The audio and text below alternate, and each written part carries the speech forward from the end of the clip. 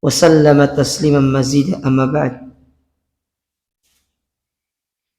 Kaum muslimin wal muslimat, ikhwan dan akhwat, Bapak Ibu yang semoga senantiasa dirahmati Allah. Pertama-tama marilah kita senantiasa bersyukur kepada Allah Azza wa Jalla pada kesempatan yang berbahagia ini. Allah Subhanahu wa Ta'ala kembali mempertemukan kita dan mengumpulkan kita dalam majelis yang mulia ini untuk kita melanjutkan kembali kajian kita seputar hadis-hadis Nabi sallallahu alaihi wa ala alihi wasallam. Dan pada kesempatan yang berbahagia ini kita akan belajar hadis dari Abdullah ibnu Mas'ud radhiyallahu taala anhu, yang mana hadis ini diberikan judul oleh penulis Al-Ghibtatu Al-Mahmudah, yaitu hasad yang terpuji. Ternyata hasad itu ada yang terpuji. Baik, kita baca di sini dari Abdullah ibnu Mas'ud radhiyallahu taala anhu. Beliau berkata, Sami'tun Nabi sallallahu alaihi wasallam yaqul. Aku pernah mendengar Nabi sallallahu alaihi wasallam bersabda. Kita sudah pernah sebutkan jemaah, setiap hadis yang antum atau panjenengan dengar dan diawali dengan kata sami'tu, aku mendengar hadis tersebut dari Nabi, maka hadis itu derajatnya lebih kuat daripada sebatas dikatakan Rasul pernah bersabda. Karena kalau dia mengatakan hadis itu aku pernah mendengar, berarti sahabat tersebut mendengarkan secara langsung. Tetapi kalau sebatas mengatakan Rasul pernah bersabda, bisa jadi hadis ini dikabarkan oleh sahabat yang lain kepada sahabat yang tidak mendengarkan. Makanya lebih kuat derajat hadisnya. Apa kata Nabi SAW? La hasada illa fisnatain. Tidak boleh hasad kecuali pada dua perkara saja. Jadi secara hukum asal hasad itu nggak boleh, dan dia masuk dalam kategori dosa besar. Hasad itu masuk dalam kategori dosa besar. Dan hasad, sebagaimana kata para ulama, dikatakan oleh para ulama, al-hasadu awwalu dzambin usiyallah fil jannah wa fid dunya.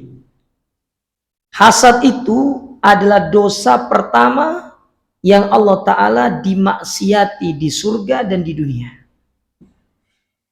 Di surga, iblis hasad kepada Adam, sehingga menyebabkan iblis divonis oleh Allah Ta'ala kekal dalam api neraka. Sedangkan di dunia,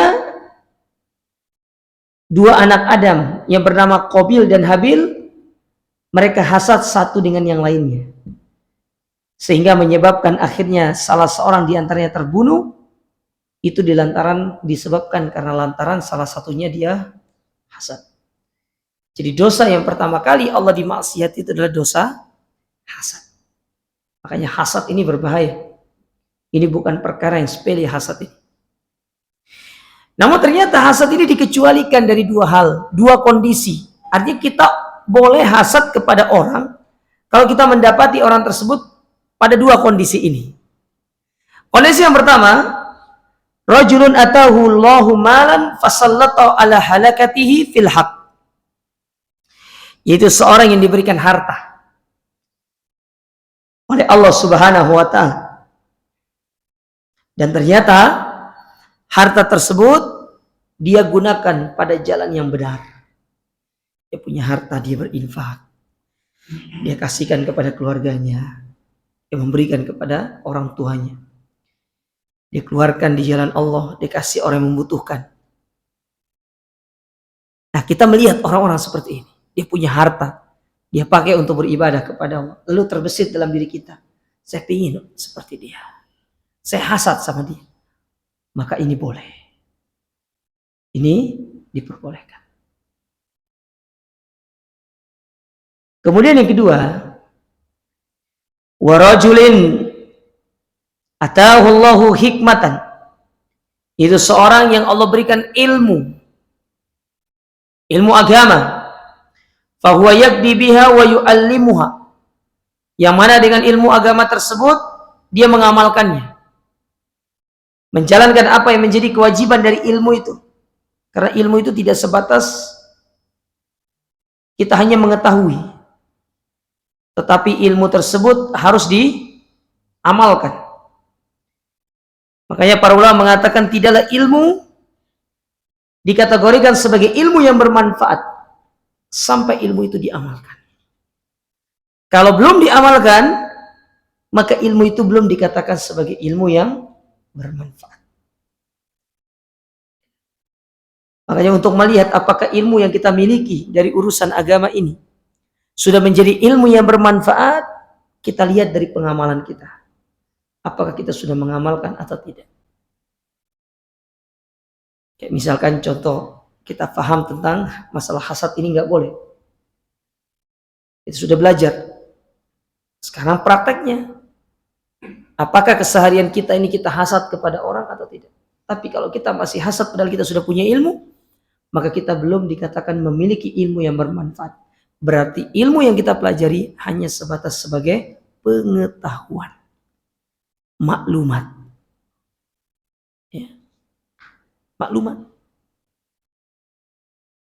Belum dikatakan ilmu yang bermanfaat.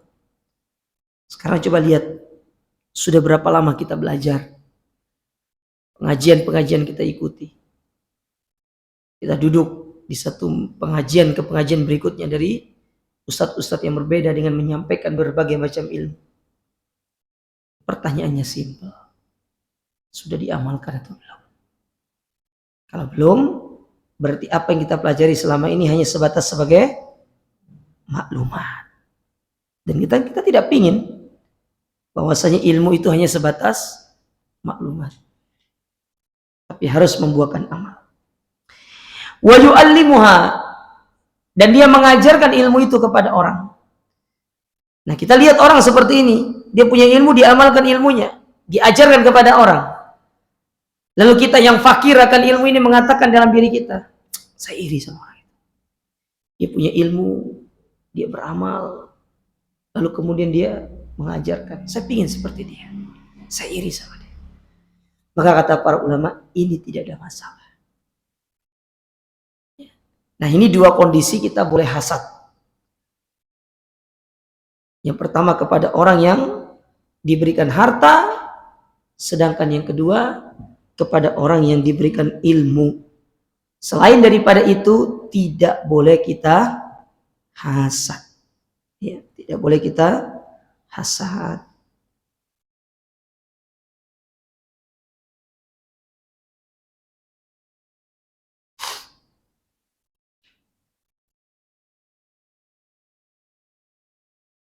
Baik. Kita baca penjelasan dari hadis ini agar kita bisa memahami dengan benar apa yang dimaksudkan dengan hadis yang mulia. Makna hadis, penjelasan dari hadis ini. Al-hasadu naw'an. Hasad itu ada dua model. Naw'un muharramun madmum ala kulli hal. Jenis yang pertama yaitu hasad yang haram, yang tidak boleh untuk kita melakukannya. Ini nggak boleh, haram untuk dilakukan. Bagaimana bentuk hasad ini? An yatamanna zawala ni'matillahi anil abdi diniyatan au dunyawiyatan. Ketika seorang terbesit dalam dirinya bahwasanya dia pingin orang-orang yang diberikan nikmat, yang dia hasad kepada orang tersebut, agar nikmat itu hilang darinya. Mungkin dia tidak pingin nikmat itu, tapi dia tidak mau kalau orang lain mendapatkan nikmat itu. Jadi dia bagaimana berupaya supaya nikmat tersebut hilang dari orang tersebut. Bahkan sampai berdoa, mendoakan keburukan kepada orang-orang yang diberikan nikmat itu. Dia tidak pingin, tapi dia tidak mau melihat orang lain mendapatkannya. Bahkan yang lebih parah, ketika kita tidak ketika nikmat tersebut kita pingin dari orang lain untuk hilang dari dirinya, kemudian nikmat tersebut kita berharap untuk pindah kepada kita. Ini lebih parah daripada yang pertama. Ya. Karena kalau sebatas dia tidak ingin nikmat tersebut, dia tetap dosa, tapi dosanya tidak lebih besar daripada yang kedua. Sudah dia pingin nikmat itu hilang dari saudaranya, dia pingin nikmat itu dia yang mendapatkannya. Nah, kita dapati banyak orang-orang yang hasad kepada temannya. Akhirnya yang terjadi, apapun dia akan lakukan, yang penting temannya tersebut tidak mendapatkan nikmat itu darinya. Biasanya dalam dunia kerja kan banyak seperti ini, saling menjatuhkan, saling menjatuhkan satu dengan yang lainnya, supaya yang lainnya itu tidak mendapatkan kenaikan ataupun tidak mendapatkan jabatan yang lebih tinggi daripada dirinya. Maka dia berusaha bagaimana menjadikan orang tersebut terlihat buruk. Mungkin bisa jadi dia tidak ingin nikmat tersebut, tapi dia tidak mau ada orang yang melampauinya. Apalagi yang melampauinya ternyata secara pengalaman kerja tidak lebih banyak daripada dirinya. Karena kita dapat ini mungkin. Maka kata Syekh, jenis seperti ini, inilah jenis hasad yang akan membakar seluruh kebaikan yang pernah kita lakukan. Karena Nabi SAW pernah mengatakan, innal hasada yakulul hasanat kama ta'kulun nar al-hatab. Sesungguhnya hasad itu akan memakan kebaikan-kebaikan yang dilakukan oleh seorang manusia, seperti api yang dia akan melahap kayu bakar. Jadi kebaikan yang kita lakukan, dia sirna lantaran karena hasad yang kita lakukan kepada saudara kita. Maka kita harus meyakini para jamaah sekalian, bahwasanya apa yang sudah Allah bagi kepada kita dari urusan dunia itu sudah sesuai dengan kadar yang tepat yang kita butuhkan. Karena Allah Subhanahu wa taala memberikan dunia ini kepada kita sesuai dengan kebutuhan, bukan sesuai dengan keinginan, tetapi sesuai dengan kebutuhan kita. Makanya Allah mengatakan dalam beberapa ayat, Allah berfirman, ya, inna kulla syai'in khalaqnahu biqadar. Sesungguhnya kami telah menciptakan manusia itu sesuai dengan qadarnya, takdirnya, sesuai dengan kadar yang pas untuk mereka. Berapa yang mereka butuhkan, apakah mereka kondisinya begini atau begini, itu sudah Allah tentukan, dan itu sudah adalah kondisi yang terbaik bagi kita. Sehingga kalau kita paham masalah ini akan menjadikan kita akhirnya tidak hasad sama orang. Oh, semuanya sudah ditakdirkan sesuai dengan ketetapan yang pas di sisi Allah Ta'ala. Jadi tidak perlu kemudian kita nanti hasad kepada orang. Ini tidak perlu. Ya, tidak perlu. Tapi kalau kita tidak memahami akan hal ini, inilah yang kemudian menjadikan kita akhirnya hasad, dan terus hasad kepada saudara-saudara kita. Itu jenis yang pertama. Jenis yang kedua, yaitu an la yatamanna zawalan ni'matillah anil ghair. Dia tidak ingin nikmat itu hilang dari saudaranya. Walakin yatamanna husula mislah. Tetapi dia ingin punya nikmat seperti orang itu. Dia tidak ingin saudaranya kehilangan nikmat, tapi dia ingin punya seperti nikmat yang dimiliki oleh saudaranya.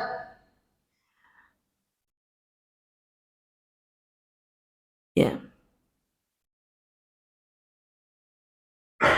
Fa in qarna dzalika sayyun wa amalun litasihi fa huwa mahmudun wa masyru'. Dan dia menggabungkan antara usaha dan amal. Maksudnya dia berusaha ingin mendapatkan nikmat seperti apa yang didapati oleh saudaranya dan dia mengamalkan. Artinya dia menggunakan nikmat tersebut untuk kebaikan. Maka inilah inilah hasad yang diperbolehkan. Hasad yang terpuji. Atau dalam bahasa kita itu sering disebut dengan, bahasa agama itu sering disebut dengan ghibthah. Ya.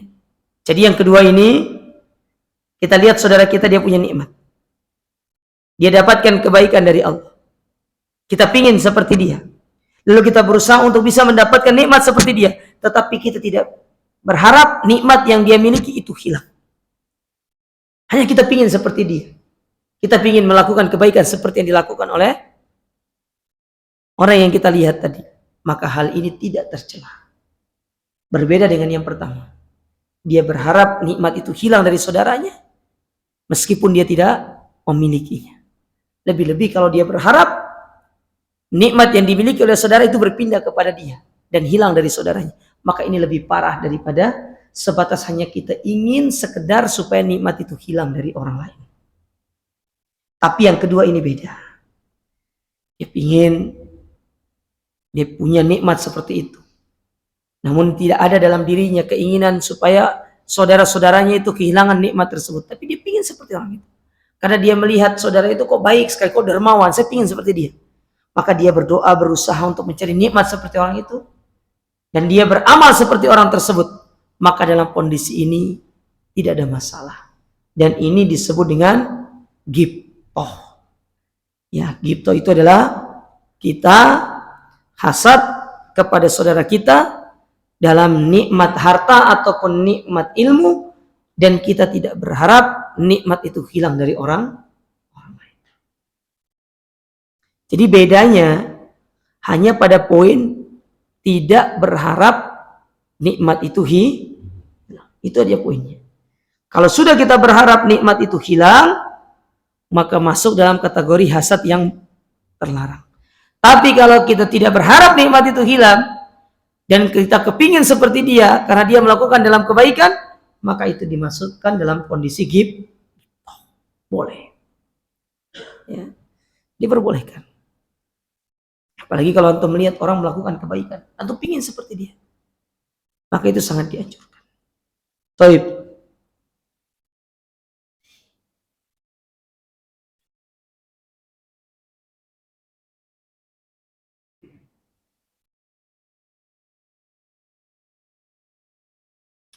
Wa a'dhamu man yughbak. Dan orang yang paling besar potensinya untuk kita hasad kepadanya. Man kana indahu malun qad hasala lahu min hillihi. Yaitu orang-orang yang diberikan harta. Dan dia memperoleh harta tersebut dengan dia berusaha. Summa sullita wa ufiqa ala infaqihi fil haqq. Lalu Allah memberikan kepada dia taufik untuk dia menggunakan harta itu di jalan Allah. Pada jalan kebaikan. Itu tadi. Dia bantu saudaranya. Dia berikan kepada keluarganya. Dia kasihkan kepada orang tuanya. Diberikan kepada istrinya. Diberikan kepada anaknya. Kalau ada panggilan untuk membantu kaum muslimin, membantu dakwah, dia kasih. Masjid butuh bantuan, dia keluarkan. Dia tidak pelit. Dia gunakan harta tersebut dengan sebaik-baiknya. Ini namanya orang yang sulita wa ufiqa ala infaq. Dia diberikan kuasa atas harta, bukan harta yang menguasai. Kalau harta menguasai kita, Pak, kita pelit. Tapi kalau kita yang menguasai harta, kita akan mudah untuk mengatur harta itu kemanapun kita ingin keluarkan. Makanya jangan sampai kita yang dikuasai sama harta. Kalau kita dikuasai harta, kita jatuh ke dalam predikat ta'isa abdud dinar wa abdud dirham. Sungguh celaka budak-budak harta, budak-budak dinar, dan budak-budak dirham. Kita menjadi budak-budak dari harta tersebut. Maka jangan kemudian sampai kita yang dikuasai sama harta. Kalau kita sudah dikuasai sama harta, pelit, kikir, dan orang yang pertama kali merasakan kepelitan kita adalah orang terdekat, istri dan anak. Betapa banyak para istri, dia sengsara hidup dengan seorang suami lantaran karena suaminya pelit. Sekedar ngajak makan di luar, di pinggir dia embong gitu, makan pecel lele. Alasannya boros, mahal. Beli aja ke pasar besok. Kita makan di sana 1 kali, kita bisa beli untuk kebutuhan di pasar 1 minggu. Padahal dia sugih, dia punya uang, tapi dia pelit untuk dirinya sendiri. Pelit untuk dirinya sendiri. Kecuali kalau antum udah punya uang. Masya Allah, di rekeningnya nolnya sampai tidak terhitung. Ya, sampai error ATM-nya. Harta banyak, tapi giliran seperti itu pelit. Oleh karena saya sampaikan kepada kita semua, apalagi yang sering menggunakan bahasa zuhud. Zuhud itu tergantung. Orang kaya dengan kezuhutannya, orang miskin dengan zuhud. Ada zuhudnya masing-masing. Ada zuhudnya masing-masing.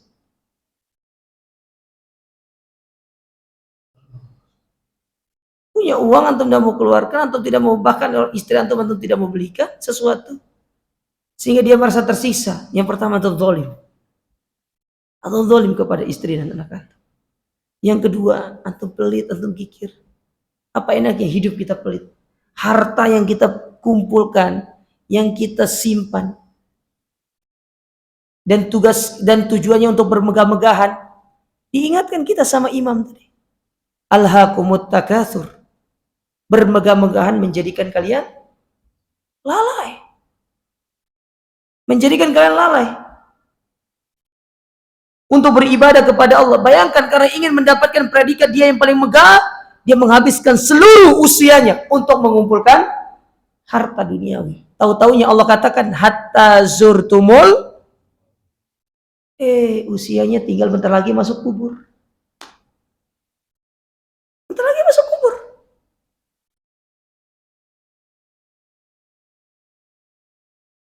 Jadi dia di harta itu, dia hanya sekedar mendapatkan lelah dan capek. Dia pelit sama dirinya. Apa enaknya kalau sudah seperti itu? Gak ada enaknya. Apa enaknya antum hidup seperti itu? Ya, tidak ada enaknya.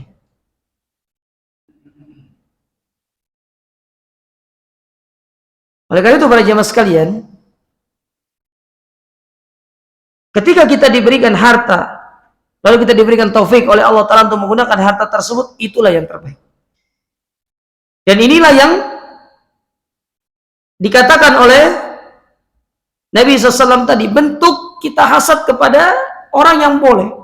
Kita lihat ada orang, dia Masya Allah, dia tidak pernah hitung-hitungan dalam masalah infak, tidak pernah hitung-hitungan dalam masalah membantu orang lain. Apalagi dia tanamkan dalam dirinya sabda Nabi SAW. Nabi pernah bersabda, wallahu fi aunil abdi maka al abdu fi auni akhi. Allah akan senantiasa bantu orang-orang yang membantu saudaranya. Dia bantu saudaranya. Dia bukan berharap pamrih dari orang tersebut, tidak. Tapi dia membantu saudaranya karena dia ingin mendapatkan hadis tadi. Dia ingin dibantu sama Allah kalau dia punya masalah. Karena tidak ada manusia yang tidak hidup pakai masalah, betul. Semua kita punya masalah. Tapi di antara cara yang bisa mendatangkan solusi kepada kita adalah dengan kita membantu saudara kita. Dan salah satu bentuk cara kita membantu saudara kita, kalau kita punya kelebihan, kita bantu dia dari sisi harta. Makanya agama Islam itu jemaah ya, kalau kata orang itu, orang-orang yang baru masuk Islam, lalu dia belajar Islam itu, dia bilang agama Islam ini adalah agama yang solutif, memberikan solusi, memberikan solusi, bukan sebagai beban. Kalau ada orang yang menganggap Islam sebagai beban, itu keliru, karena dia belum belajar tentang Islam yang baik. Karena agama Islam itu pada hakikatnya segala hal yang kita lakukan dari aktivitas-aktivitas ibadah dalam agama itu pada hakikatnya adalah solusi bagi satu masalah yang sedang kita. Ya.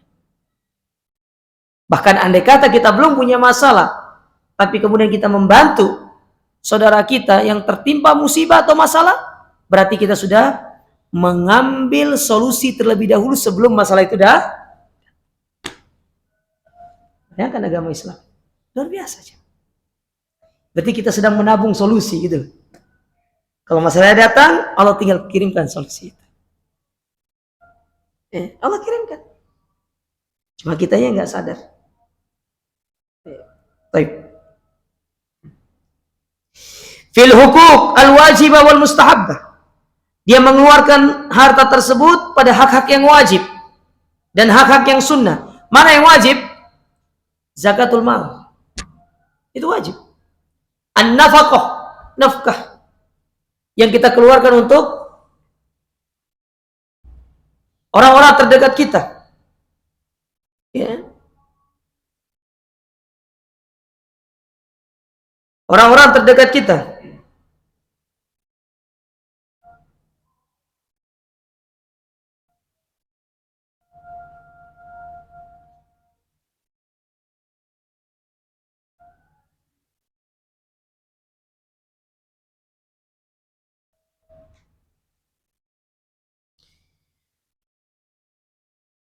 Kita keluarkan harta yang wajib untuk mereka. Ditambah yang mustahab. Mustahab itu ya sedekah sunnah itu. Bahkan diantara yang wajib bagi orang yang diberikan harta, kata Allah Ta'ala, yaitu dalam bentuk kita berkurban. Orang kalau punya harta, lalu dia tidak mau berkurban, dia berdosa. Karena status dia punya harta, berarti dia itu sudah wajib untuk berkurban. Berkurban.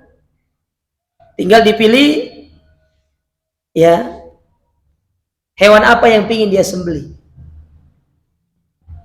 Apakah kambing ataukah sapi? Tapi kalau nonton tanya saya, Ustadz, mana yang paling afdal kita menyembelih? Apakah kita menyembelih sapi tapi patungan atau kambing satu? Karena harganya sama, Ustaz.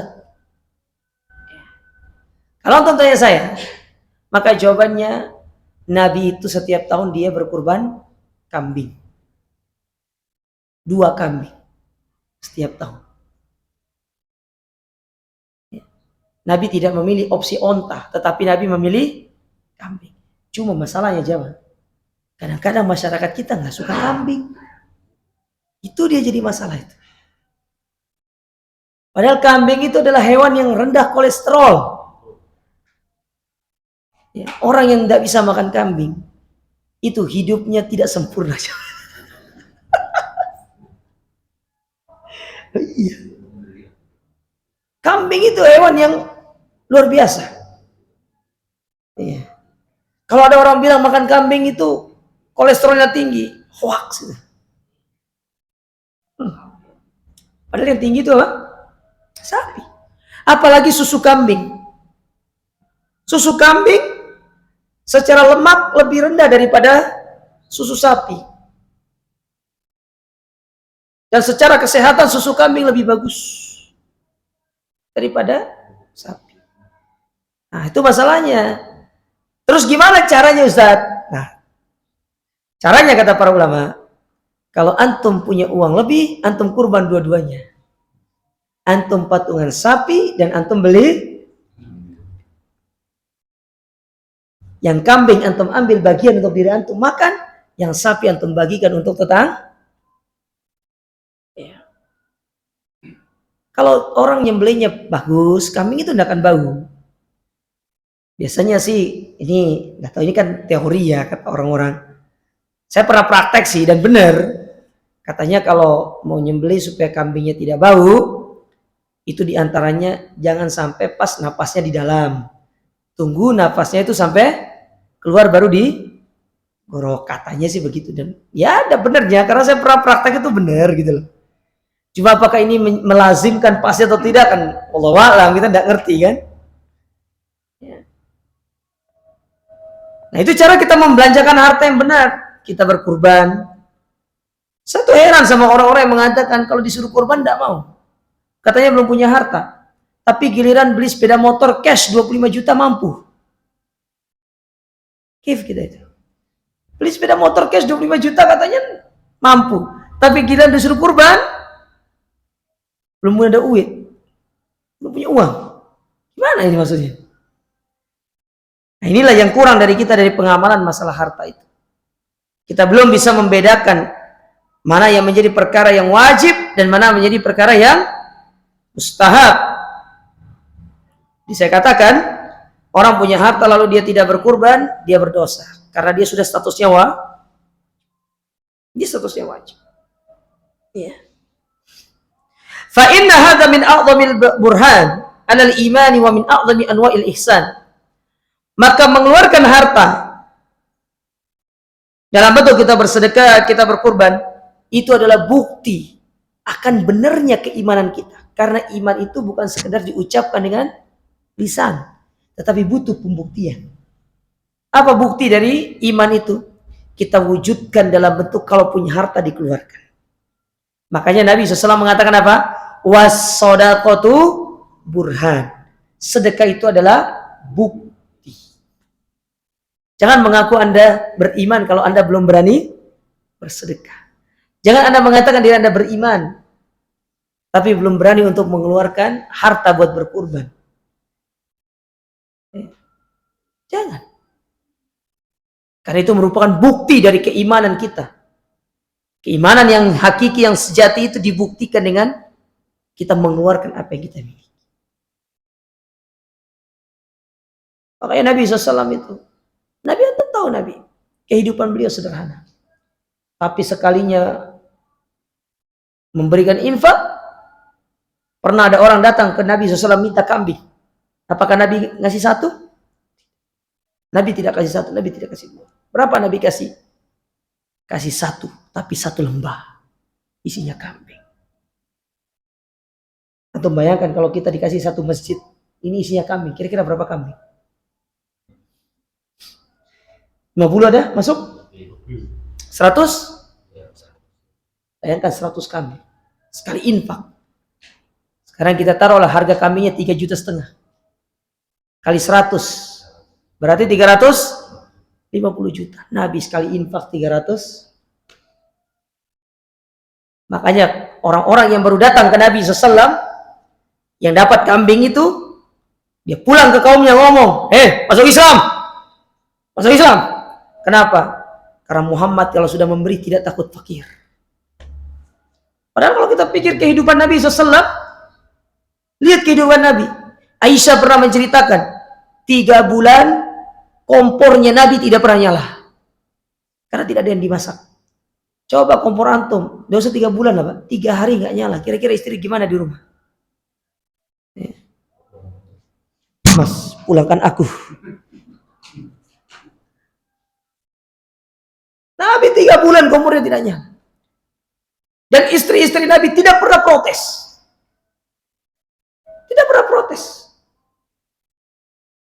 Padahal kalau kita pikir harta-harta rampasan perang itu ada, betul atau tidak? Ada. Para sahabat dibagikan harta rampasan perang. Dan sekalinya perang, harta rampasan banyak. Banyak harta rampasan perang itu. Tapi Nabi SAW adalah orang yang dermawan. Dermawannya Nabi mengalahkan hembusan angin yang berhembus. Angin kalau berhembus, dia mengenai semua tempat. Tapi kata para ulama, kedermawanan Nabi lebih daripada itu. Kalau Nabi sudah berdermawan, tidak ada satu orang pun yang tidak merasakan kedermawanan Nabi SAW. Untuk bayangkan Nabi pernah dikasih baju aja, Pak. Baru dipakai, ada seorang datang minta, langsung dilepas. Padahal bajunya bagus, Nabi butuh kepada baju itu. Tapi sekarang coba kalau ustadz atau kiai dikasih baju sama jamaah, minta sama jamaahnya. Ustadz kok bajunya bagus? Loh ya opo sih antum iki? Ustadz harus dikasih baju, masa ustadz ngasih baju? Harusnya ustadz yang dikasih. Subhanallah. Lihat Nabi SAW. Patut kita contoh. Terutama dalam masalah bab ini. Kita berinfak, mengeluarkan harta kita. Sebagai bentuk kita membelanjakan harta pada jalan yang benar. Baik. Itu yang pertama tadi. Kemudian yang kedua, man kana indahu ilmu wa hikmatun 'Allamahu iyah. Dan barang siapa yang diberikan ilmu dan hikmah yang Allah ajarkan kepada dia, fawfiqa li badliha fit ta'lim. Lalu dia diberikan taufik untuk dia mengajarkan ilmu tersebut. Wal hukmi bainan nas. Dan dia berhukum di antara manusia yang bertikai dengan ilmunya. Kan kadang-kadang ada orang datang ini untuk menyelesaikan masalah dengan hukum agama. Ustaz, gimana solusinya gini? Kita punya masalah begini-begini. Nah, dia gunakan untuk itu. Tapi dia tidak perlu bayaran gitu. Dia tidak perlu itu. Tapi dia gunakan hak ilmu tersebut untuk dia membantu manusia. Fahadani an-naw'ani minal ihsan la yu'adiluhuma syai'. Kalau kedua hal ini kita punya harta diberikan taufik untuk kita habiskan di jalan yang benar, kita punya ilmu, kita gunakan untuk mengajar, kita ajarkan kepada orang, dan kita amalkan ilmu tersebut, ini merupakan, kata Syekh, merupakan nikmat yang tidak akan pernah tertandingi. Nikmat yang besar. Makanya pantas Nabi SAW mengatakan, boleh engkau hasad, tetapi hanya pada dua hal. Pertanyaannya gini, kenapa cuma dua hal ini yang boleh untuk dihasadkan? Apa alasannya? Maka disebutkan oleh para ulama, karena kedua perkara ini kaitannya dengan maslahat umum. Harta kaitannya untuk orang lain. Demikian pula ilmu kita ajarkan untuk orang. Ini dua-duanya maslahat umum. Kebaikan yang sifatnya bisa Makanya kalau seandainya jemaah, orang kaya itu dia bisa berlaku seperti yang disebut oleh Nabi SAW, dia mengayomi orang-orang yang membutuhkan, maka tidak ada orang miskin, tidak ada orang minta-minta. Namun nyatanya banyak di antara kita yang subhanallah, dia tidak memperhatikan apa yang menjadi hak dari harta tersebut. Dia timbun sendiri, dia simpan sendiri, bahkan dia takut kalau hartanya hilang. Sampai-sampai pernah saya beri contoh kan, dia pergi ke toko, pesan berangkas khusus, pakai kunci khusus, dengan spesifikasi khusus, bahkan dengan jangan sampai dibuka kecuali dengan retina saya. Segitunya. Kenapa? Takut. Ditaruh di dalam ruangan, tidak boleh ada CCTV. Khawatir kalau ada CCTV akan merekam. Ketahuan, dibuka. Apalah artinya kita diperbudak sama harta. Maka jangan sampai kita yang dikuasai oleh harta, tapi kita yang menguasai. Apa pelajaran yang bisa diambil dari hadis ini, jemaah? Yang pertama, hadis ini mengajarkan kepada kita dhammul hasad wa su'u akibatihi. Tercelanya sifat hasad dan buruk akibat yang akan muncul dari perkara hasad. Apa buruknya? Kebaikan-kebaikan kita termakan, hilang. Yang kedua, pelajaran dari hadis ini, bahwasanya hadis ini mengajarkan kepada kita tentang diperbolehkan untuk kita berinfak dengan seluruh harta kita. Diperbolehkan untuk kita berinfak dengan seluruh harta kita, selama tidak memberatkan. Tapi ya, tidak usah semua lah jemaah. Baik kalau antum masih punya istri yang suka marah-marah di rumah, bahaya. Antum infak. Yang penting antum tetap kasih ke ya, pada istri antum, pada anak antum. Kasihkan. Ya. Dan jangan lupa pada anggota keluarga kita, pada orang tua, kerabat, bantu mereka. Berikan. Kalau memang mereka itu atau mungkin merasa dihinakan dengan kita memberikan secara langsung, maka diakali dengan panggil dia untuk bekerja. Berikan satu pekerjaan dan berikan dia bayaran yang lebih sebagai bentuk kita berinfak kepada mereka. Mungkin ada rumput-rumput di rumah yang masih panjang-panjang, panggil Mas ke rumah. Ya, tolong potong rumput ya. Setelah dipotong dikasihkan. Kasih lebih, tidak ada masalah. Kalau pasarnya orang potong rumput 150, antum kasih 250. Karena itu saudara. Itu cara kita berinfak yang masuk dalam kategori infak sembunyi-sembunyi. Ya. Tapi nggak perlu nanti ketika dia potong rusa, saya potong rumput tuh bilang, ya aslinya kan saya mau kasih kamu mas, tapi daripada ya ngasihnya nanti kamu udah enakan, ya udah saya kasih kerjaan. Jangan ngomong gitu, nggak usah. Ya udah, normal aja gitu loh. Kayak antum panggil tukang rumput ke rumah, Pak, rumah Pak ya. Nanti saat itu antum kasih, seperti itu. Tapi niat antum beda. Bukan antum ingin menghinakan dia dengan itu, tidak. Tapi antum ingin memberikan kepada dia sedekah, tetapi dengan cara yang tidak menyinggung perasaannya. Nah inilah jamaah sekalian, ya, dua jenis hasad yang diperbolehkan. Ya, yang pertama tadi hasad yang ketika kita melihat saudara kita punya harta dan dia bersifat dermawan dengan harta tersebut, lalu kita ingin seperti dia, kita ingin mengikuti jejak. Sedangkan yang kedua diberikan ilmu, dia mengajarkan ilmu, dia mengamalkan ilmu, dan kita ingin seperti dia. Maka selain daripada dua hal ini, itu tidak boleh. Oh berarti tidak boleh dong Ustaz, kalau saya hasad, saya punya teman, ternyata teman saya istrinya lebih dari satu, saya hasad. Oh nggak boleh.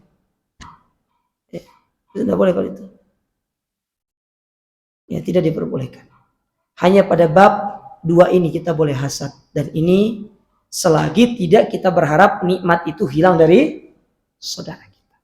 Kalau sudah berharap hilang, berarti dia masuk dalam kategori hasad yang terlarang. Wallahu a'lam bishawab. Ini yang bisa kita ambil pada kesempatan yang berbahagia ini. Ada yang mau bertanya? Ya, Bang. Sekitar 3 menit lagi kayaknya ada nih. Betul. 2 menit, ya. 2 menit. Kemudian satu pertanyaan yang ingin bertanya.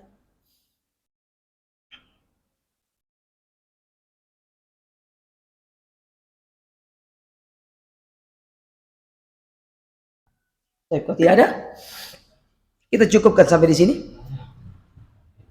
Semoga apa yang disampaikan ini bermanfaat. Terima kasih atas perhatian dari panjenengan semuanya. Kita akhiri subhanakallahumma rabbana wa bihamdika asyhadu an la ilaha illa anta astaghfiruka wa atubu ilaik wa akhiru da'wana anil hamdulillahi rabbil alamin. Wassalamualaikum warahmatullahi wabarakatuh.